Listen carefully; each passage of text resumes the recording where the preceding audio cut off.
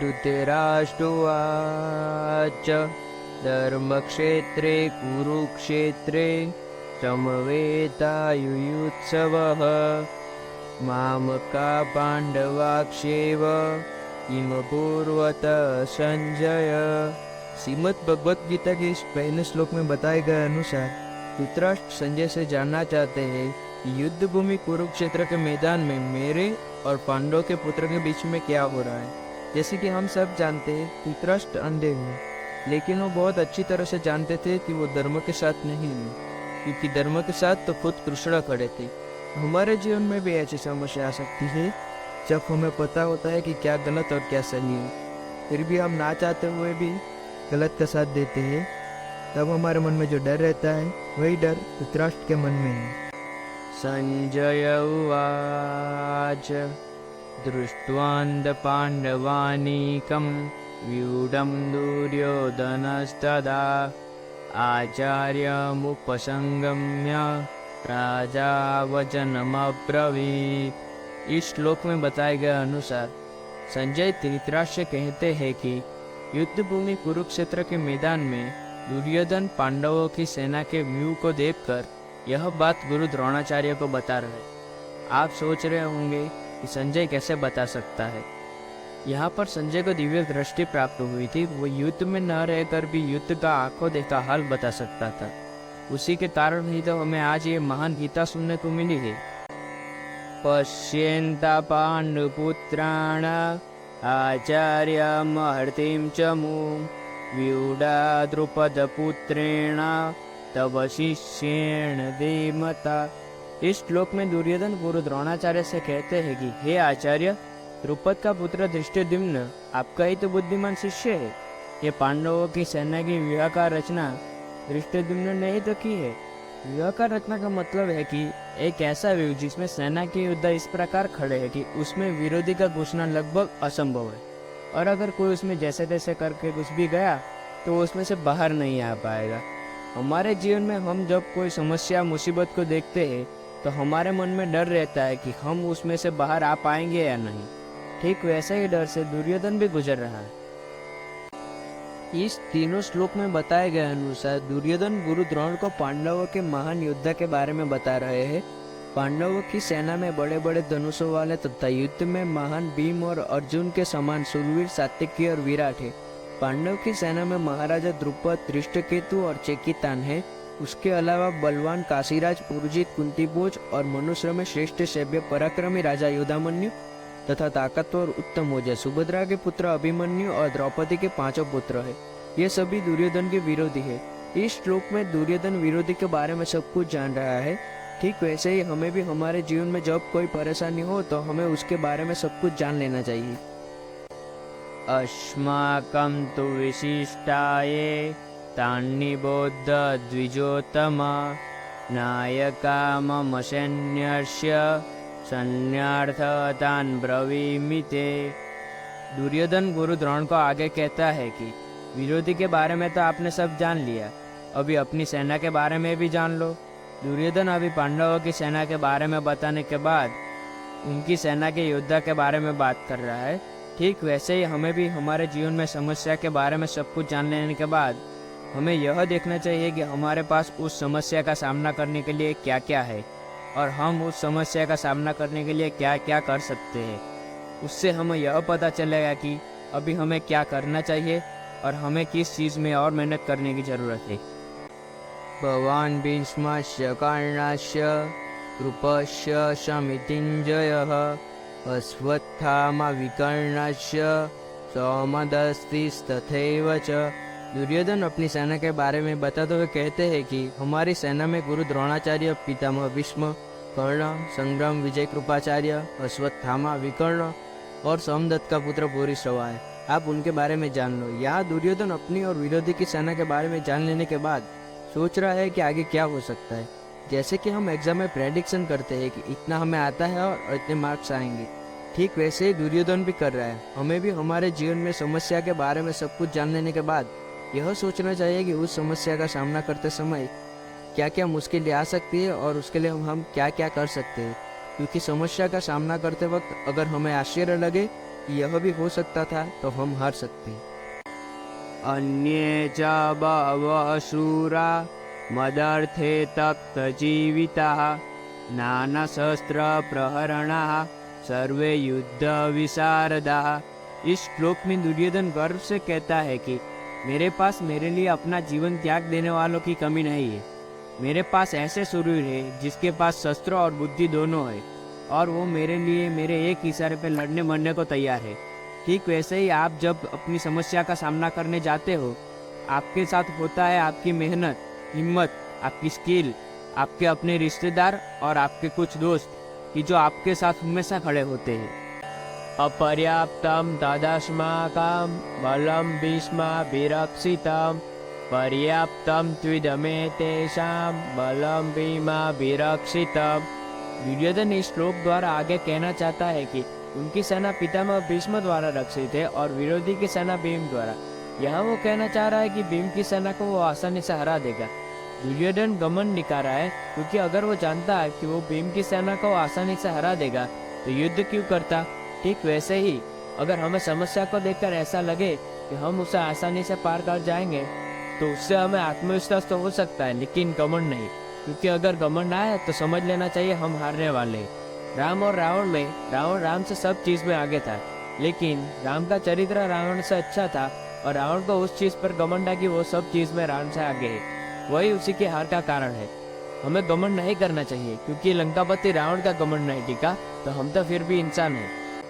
अयनेषु च सर्वेषु यथा भागमवस्थिताः भीष्ममेवाभिरक्षन्तु भवन्तः सर्व एव हि। दुर्योधन दोनों सेना का ऐसा वर्णन करके कहता है कि हर किसी को अपने अपने मोर्चों पर स्थित रहते हुए निसंदेह पितामह भीष्म की रक्षा करनी है। कहने का मतलब है कि होने वाले युद्ध में जो आपके लिए अत्यंत जरूरी है उनकी रक्षा करनी चाहिए, और दुर्योधन के लिए वो पितामह भीष्म है। पितामह भीष्म और उनकी सेना का हारने का मतलब युद्ध में हार जाना, और उनके बचे रहने का मतलब आप युद्ध में नहीं हार सकते। आपकी सबसे बहुमूल्य चीज को आप तब तक बचा के रखना चाहिए जब तक आप युद्ध पर विजय ना प्राप्त कर ले। ठीक वैसे ही हमें भी हमारे जीवन में रिश्तेदार और फ्रेंड सर्कल में से 15-20 लोग ऐसे चुनने चाहिए जो हमें आगे बढ़ने में मदद करे, और उनके साथ जीवन में कुछ भी हो जाए हमें उनसे रिश्ता बनाए रखना चाहिए। तस्य संजनयन हर्ष गुरुवृद्धः पितामह सिंहनादे विनोगोच्चैः शंखदद्मो प्रतापवान। कौरवों में वृद्ध सबसे बड़े प्रतापी पितामह भीष्म ने उस दुर्योधन के हृदय में हर्ष उत्पन्न करते हुए उच्च स्वर से सिंह की दहाड़ के समान गरज कर शंख बजाया। युद्ध में जीतने के लिए अपने पक्ष में जीतने का माहौल बनाना पड़ता है और खुद को दिलासा भी देना पड़ता है कि हम उस युद्ध जीतने में सक्षम हैं। वैसे ही हमें भी हमारे जीवन में मुश्किल का सामना करने से पहले हमें खुद को यह दिलासा देना चाहिए कि हम उस मुश्किल को पार कर सकते हैं। ततः शंखाश्च वैर्यश्च मणवान् खगोमुखाः सहसेवा व्यहन्यन्त सशब्दस्तु मूलोऽभवत्। पितामह भीष्म के शंख बजाने के बाद शंख, नगाड़े तथा ढोल, मृदंग और नरसिंगे आदि एक साथ ही बज उठे। उन बाजों का नाद बहुत ही डरावना था। युद्ध मनोरंजक नहीं होते, इसलिए एक बार जो युद्ध का फैसला ले लिया गया तो उसमें फिर कुछ भी हो स्वीकार कर लेना चाहिए। वैसे ही हमारे जीवन में जब हम कोई मुश्किल में पड़ गए तो फिर उसमें कैसे भी चुनौती आए हमें उसे स्वीकार कर आगे बढ़ना चाहिए। हर मुश्किल अपने नए हालात लेकर आती है, उन्हीं हालातों के आधार पर हमें भी तैयारी करनी चाहिए। ततः श्वेतैर्हयैर्युक्ते महती शनन्दने स्थितो माधवः पांडवाक्षेव दिव्यो शंखो प्रदद्मतु। अभी पांडव पुत्र और उनकी सेना ने शंखनाद किया। सफेद घोड़ों से युक्त उत्तम रथ में बैठे हुए श्री कृष्ण ने और अर्जुन ने अपने अपने अलौकिक शंख बजाए। युद्ध में दोनों तरफ से तैयारी होती है। हर पक्ष अपने विजय की आशा में खुद को और अपनी सेना को भरोसा दिलाता है।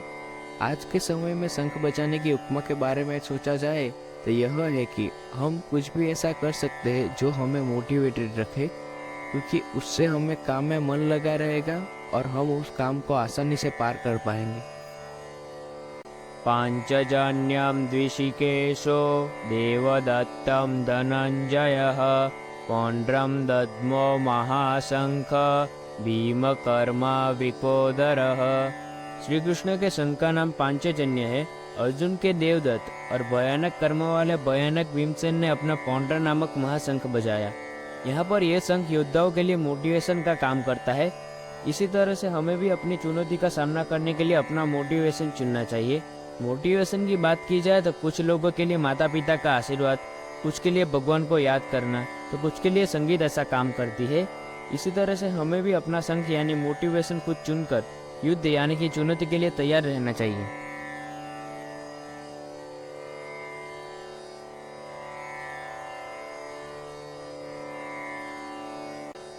अनंत विजयम राजा कुंतीपुत्रो युधिष्ठिरः नकुलः सहदेवस्य सुघोषमणिपुष्पकौ। पांडवों में सबसे बड़े भाई कुंतीपुत्र युधिष्ठिर ने अनंत विजय, नकुल ने सुघोष एवं सहदेव ने मणिपुष्पक नाम का शंख बजाया। जैसे कि हमने देखा, सभी योद्धाओं ने अपने अपने मोटिवेशन के लिए अपने अलौकिक शंख बजाए। युद्ध हो या काम, उसे शुरू करने के लिए मोटिवेशन सबको चाहिए होता है, लेकिन उसे सफलता के साथ पार पाने के लिए उस काम के प्रति डिसिप्लिन रहना बहुत जरूरी होता है। आसान भाषा में कहे तो हम जो गाड़ी चलाते हैं उसमें जो तेल डालते हैं वो है हमारा डिसिप्लिन, और उसे शुरू करने के लिए हम जो किक या फिर सेल का यूज करते हैं वो है हमारा मोटिवेशन। काश्यस्य परमेश्वासः शिखंडी च महारथः दृष्टद्युम्नो विराटस्य सात्यकीश्च पराजितः द्रौपदो द्रौपदेयांश सर्वशः पृथ्वीपते सौभद्रास्य महाबाहु शंखान् दद्मु पृथक पृथक। इस दोनों श्लोक में बताए गए अनुसार श्रेष्ठ धनुष वाले काशीराज और महारथी शिखंडी एवं दृष्टद्युम्न तथा राजा विराट और अजय सात्यकी, राजा द्रुपद एवं द्रौपदी के पांचों पुत्र और बड़ी भुजा वाले सुभद्रा पुत्र अभिमन्यु संजय धृतराष्ट्र को बता रहे हैं कि हे राजन, इन सब ने अपनी ओर से अलग अलग शंख बजाए। हर एक शंख की अपनी एक ध्वनि होती है। ये सभी योद्धा अपनी उपस्थिति दर्ज कर रहा है। महाभारत का युद्ध ऐसा था कि जिसमें सभी बड़े बड़े योद्धा भाग ले रहे थे। युद्ध हो या जीवन, हमें हर चुनौती के लिए तैयार रहना चाहिए। चुनौती में हार जाना महत्व नहीं है, चुनौती का हिम्मत से सामना करना महत्व है।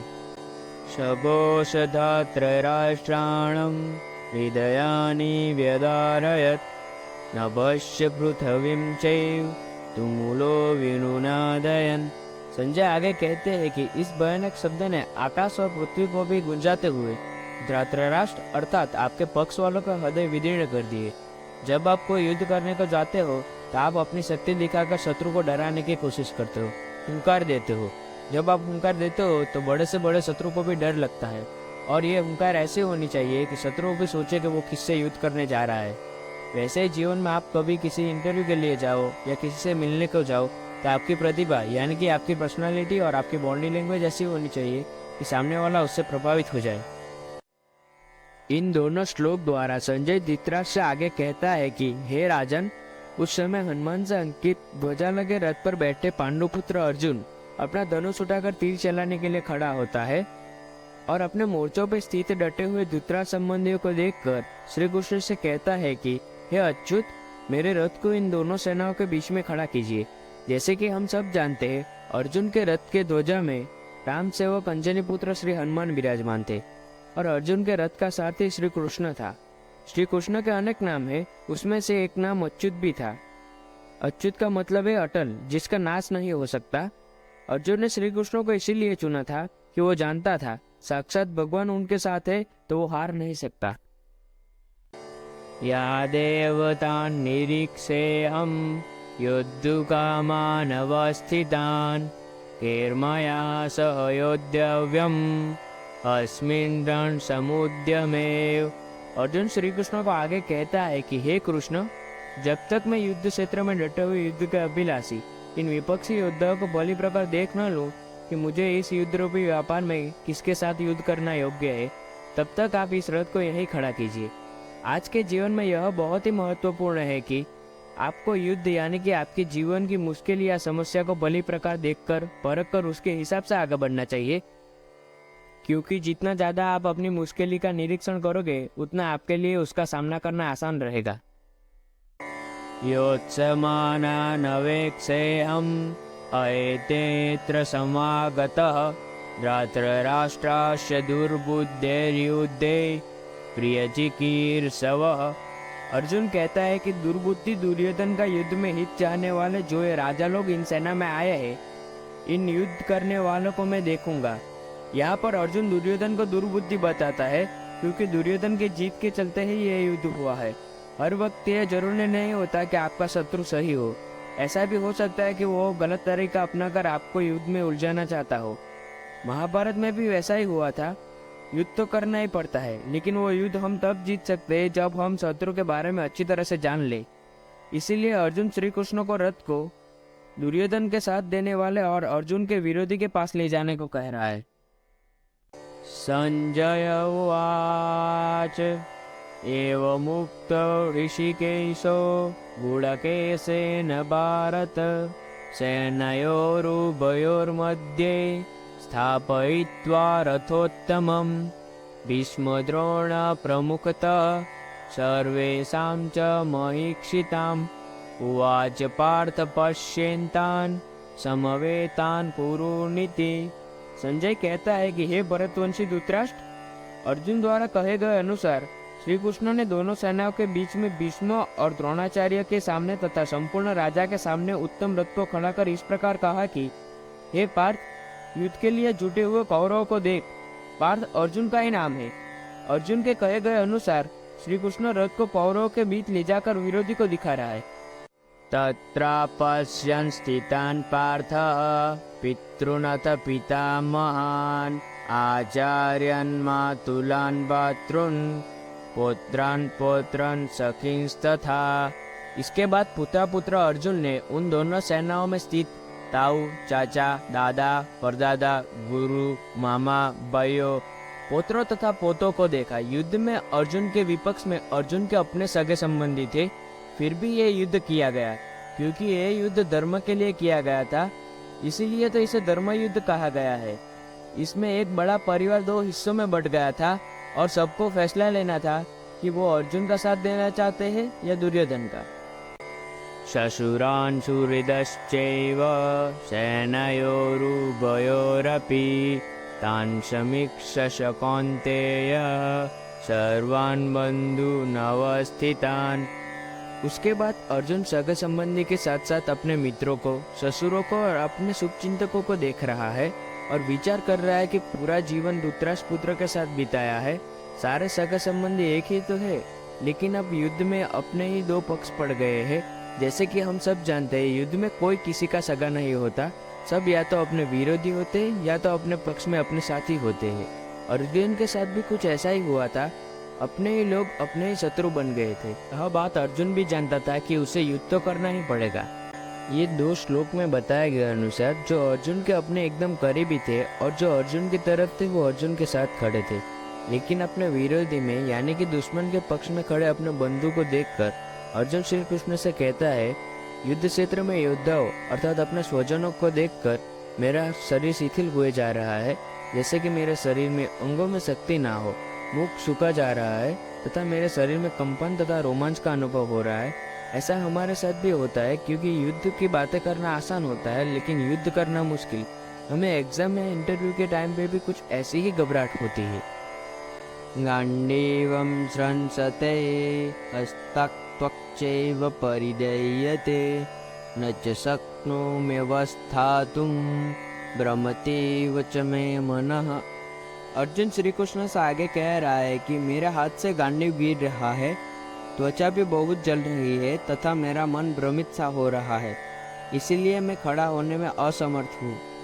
तो मित्रों, ऐसा हमारे साथ भी होता है जब हम कोई नया कार्य शुरू करने जा रहे हो या कोई इम्पोर्टेंट मैच खेलने जा रहे हो, तब हमें लगता है हम उसके लायक नहीं है, हम कुछ नहीं कर सकते और हमें कुछ नहीं आता।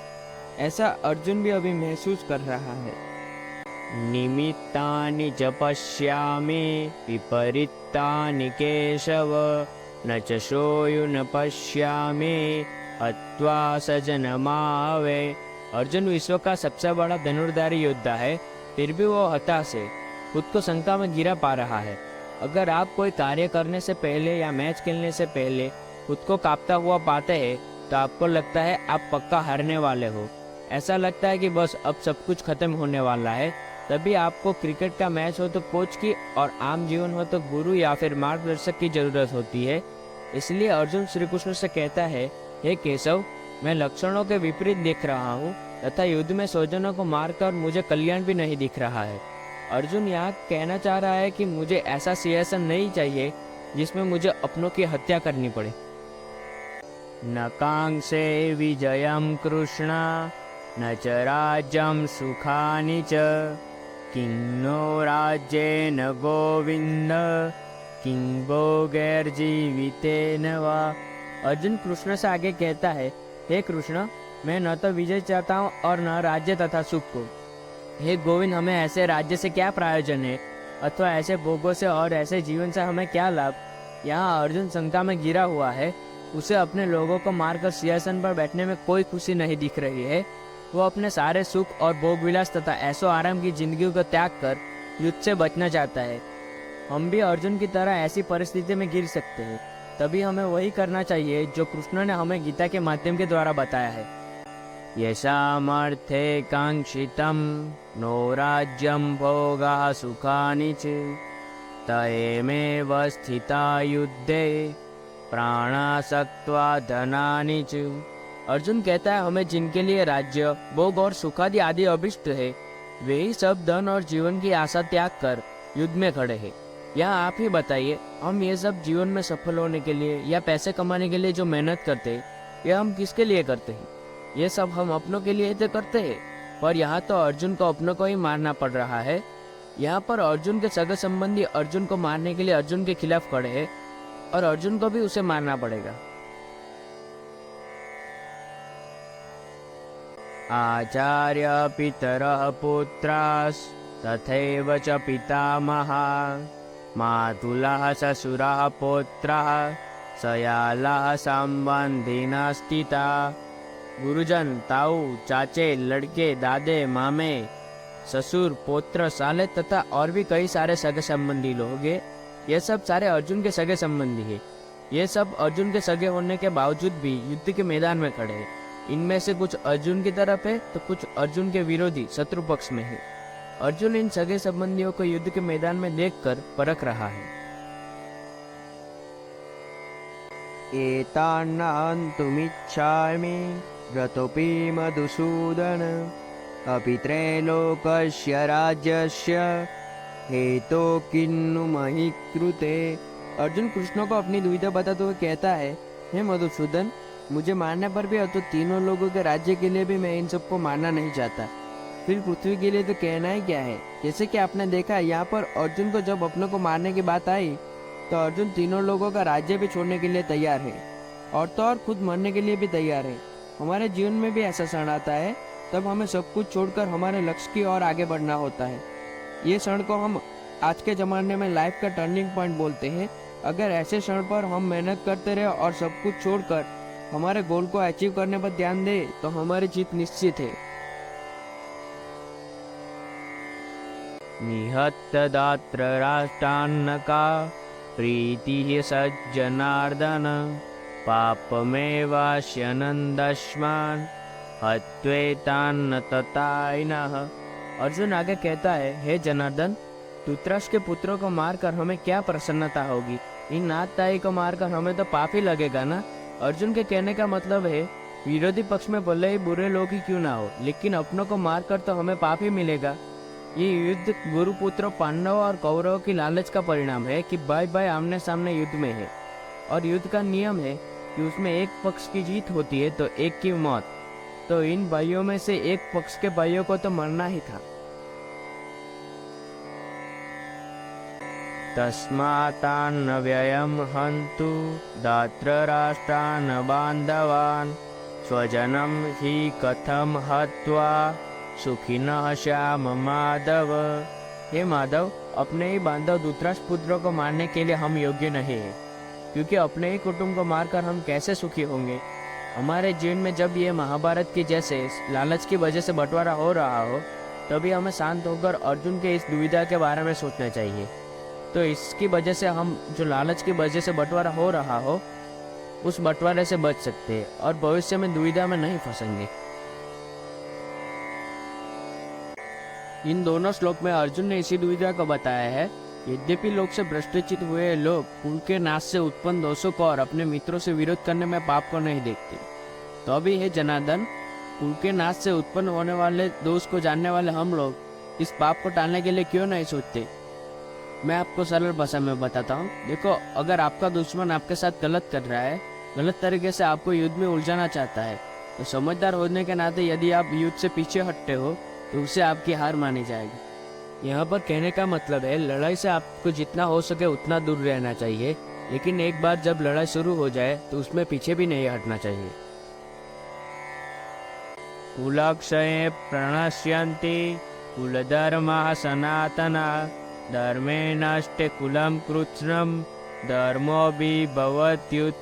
इस श्लोक में बताए गए अनुसार अर्जुन कहते हैं, कुल के नाश से सनातन कुल धर्म नष्ट हो जाता है तथा धर्म का नाश हो जाने पर संपूर्ण कुल में पाप भी बहुत फैलता है। जहाँ परिवार खत्म हो जाता है वहाँ कुछ भी नहीं बचता। कुल के नाश होने का मतलब सब कुछ खत्म हो जाना। इससे पूरे कुल में बहुत पाप फैल जाता है। आज के जमाने में आप अगर देख सकते हैं कि जिस समाज में परिवार का सम्मान ना हो वो समाज पतन की ओर ही जाता है। अधर्माभिभवात् कृष्ण प्रदुष्यन्ति कुलस्त्रियः स्त्रीषु दृष्टासु वाष्णेर्य जायते वर्णशंकर। अर्जुन आगे कहता है, हे कृष्ण, पाप के अधिक बढ़ जाने से कुल की स्त्रियां अत्यंत दूषित हो जाती है और स्त्रियों के दूषित हो जाने पर वर्ण संकर उत्पन्न होता है। हर परिवार में उनकी उन्नति भलाई उसकी परिवार की स्त्रियों पर आधारित होती है। अगर किसी परिवार में घर बनता है तो उसके परिवार की महिला की वजह से बनता है। तो हमें हमेशा स्त्रियों का सम्मान करना चाहिए, क्योंकि जिस घर में महिला ही नहीं होती उस घर का भविष्य कुछ नहीं होता।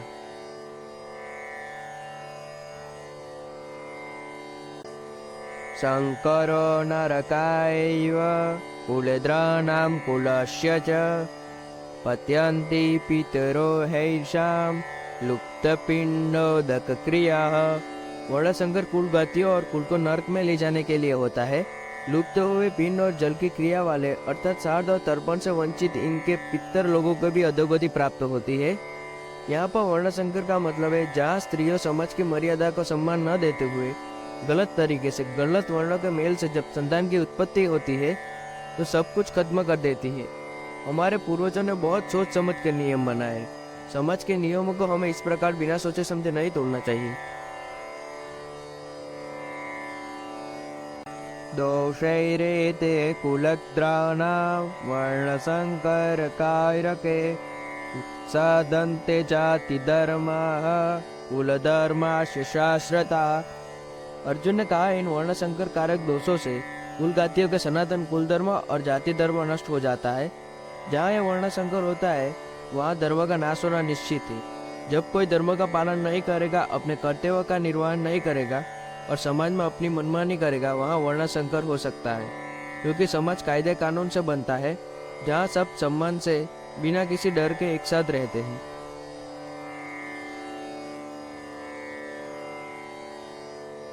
उत्सन्नकुलधर्माणां मनुष्याणां जनार्दन नरके नियतं वासो भवतीत्यनुशुश्रूषम्। हे जनार्दन, जिनका कुल धर्म नष्ट हो गया है ऐसे मनुष्य का अनिश्चित काल तक नरक में वास होता है। ऐसा हम सब सुनते आए हैं। महाभारत के समय में कुल की मान्यता इतनी थी, अगर किसी कुल का नाश हो जाता था तो मान लिया जाता था कि वो हमेशा के लिए नरक में गया है। कुल की रक्षा करना, उसका नाम करना, कुल को बचाना बहुत बड़ी बात मानी जाती थी। अहो बत महत् पापं कर्तुं व्यवस्थिता वयं यद्राज्य सुखलोभेन हन्तुं स्वजनमद्युता। अर्जुन स्वयं को दोष देते हुए कहता है, हाँ शोक, हम लोग बुद्धिमान होकर भी महान पाप करने के लिए तैयार हो गए हैं, जो राज्य और सुख के लोभ से स्वजनों को मारने के लिए उद्यत है। अर्जुन जानता है कि दुर्योधन जैसा भी हो, लेकिन वो अर्जुन और उनकी सेना तो बुद्धिमान है। बेवकूफ का पाप माफ हो जाता है क्योंकि वो अपने बेवकूफी में पाप करता है, लेकिन बुद्धिमान का पाप माफ नहीं होता, क्योंकि वो जानता है कि क्या गलत है और क्या सही है। उसके बावजूद भी गलत करता है, वो पाप की माफी नहीं मिल सकती। यदि मां प्रतिकारं सहस्त्रं सहस्रपाणयः राष्ट्राण्रणे अन्युस् तन्मे से मतरम भवेत्। अर्जुन आगे कहता है, यदि मुझे शस्त्र रहित एवं सामना न करने वाले को शस्त्र हाथ में लिए हुए धृतराष्ट्र के पुत्र रण में मार डाले, तो वह मरना भी मेरे लिए अधिक कल्याणकारी होगा। आप ही सोचिए, अगर आप किसी के साथ बचपन में खेले हो और किसी से विद्या प्राप्त की हो, अगर कोई उसे आपको मारने के लिए कहेगा, तो क्या आप उसे मार पाओगे? ऐसा ही अर्जुन के साथ भी हुआ है, तो अर्जुन उसके हाथों खुद मरना उचित समझता है। संजय उवाच एवमुक्त्वार्जुना संख्ये रथोपस्थ उपाविशत् विसृज्य ससरं चापं शोकसंविघ्नमानस।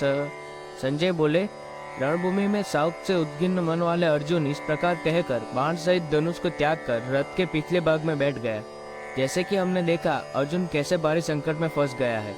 वो धनुष को छोड़कर युद्ध करने के लिए मना कर रहा है। अर्जुन हार कर युद्ध के लिए मना नहीं कर रहा, लेकिन वो अपनों को मारना नहीं चाहता।